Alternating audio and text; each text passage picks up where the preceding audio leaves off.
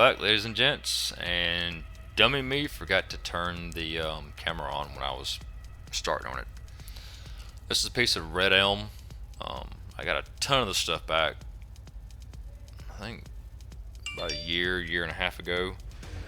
Um, Unfortunately, the coloring that I saw when it was still green did not stay. There was reds, purples, oranges, pinks. It was all kinds of color.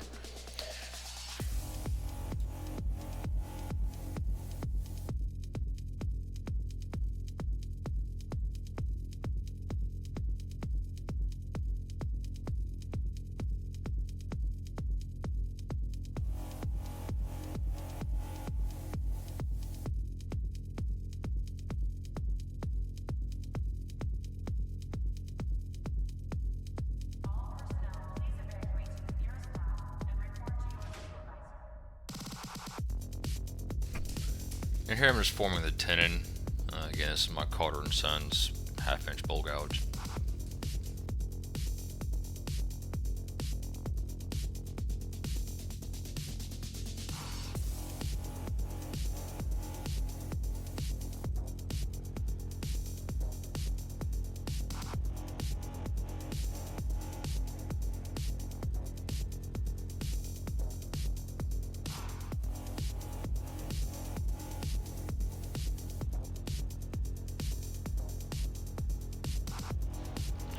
I wasn't quite sure on the top, so I ended up going with like a raised hole or a raised entrance to the hollow form.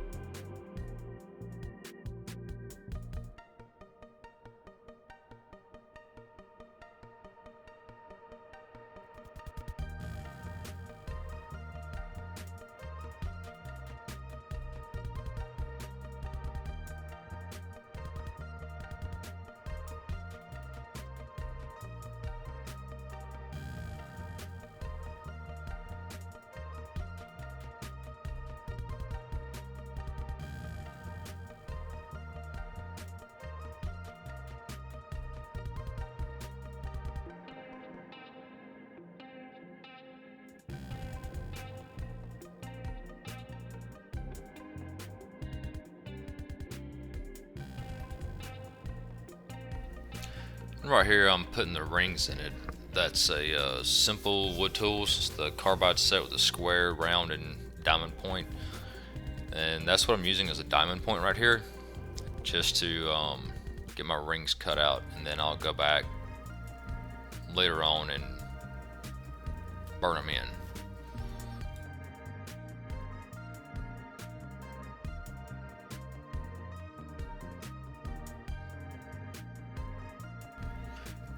And now I'm going to start getting the top ready to hollow it out.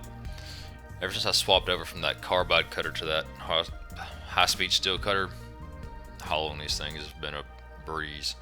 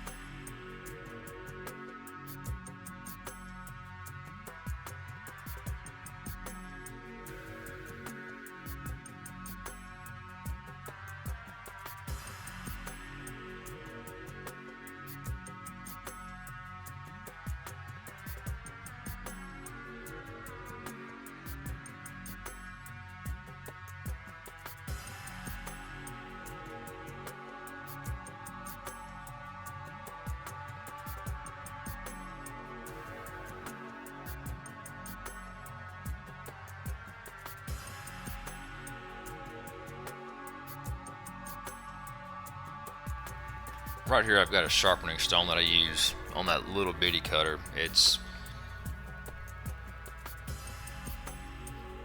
maybe an inch long total, but it's real narrow, so it cuts good.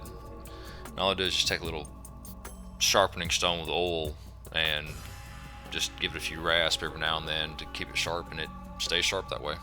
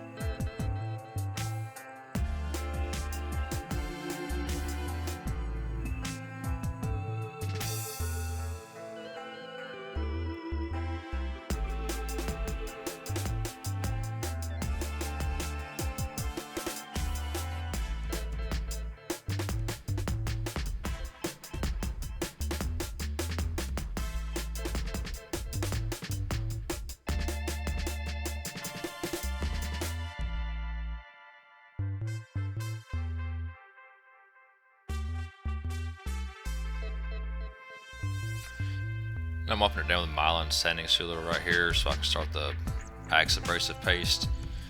I wasn't quite thinking about wiping it down with myelins and it getting inside of those grooves, but it did. So I tried to scrape some of it out with the little calipers, the tip of it, and that didn't work so well either.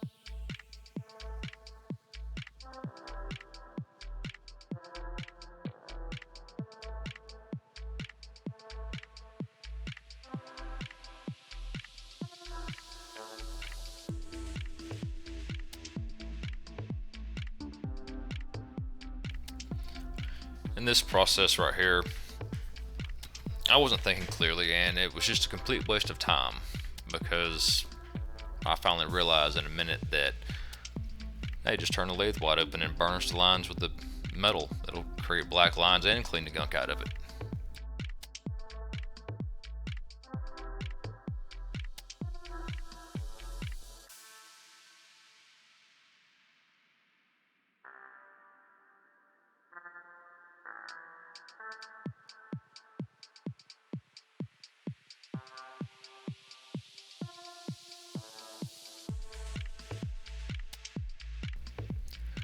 And somewhere right in here is when my brain said, hey, let's do this. It'll look better and it'll get rid of the gunk. Right there. But ended up giving it a little bit of contrast, something to draw away from just regular wood and just something to make it stand out a little bit better.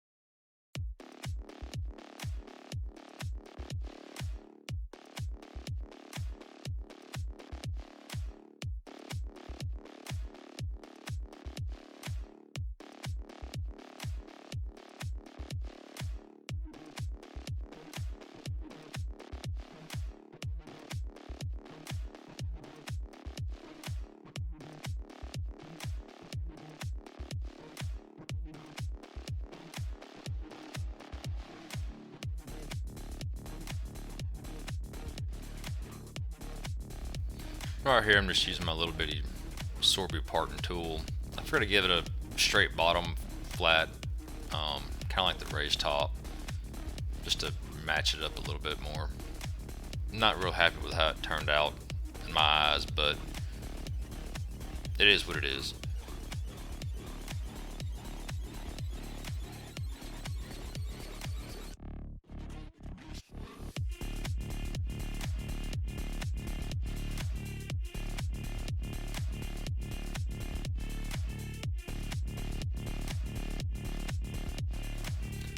Right here, I'm using my 36 grit grinder wheel to get the bottom concave and get the rest of that tenon off.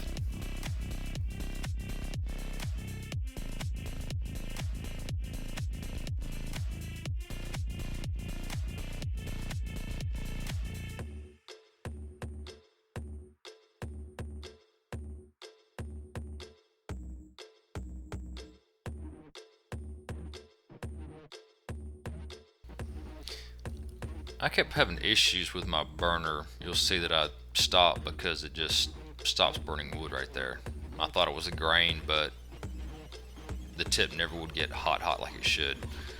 I don't know if it's the plug that goes inside of it that's going out or if something's wrong with that tip. But I ended up swapping tips and it was working okay.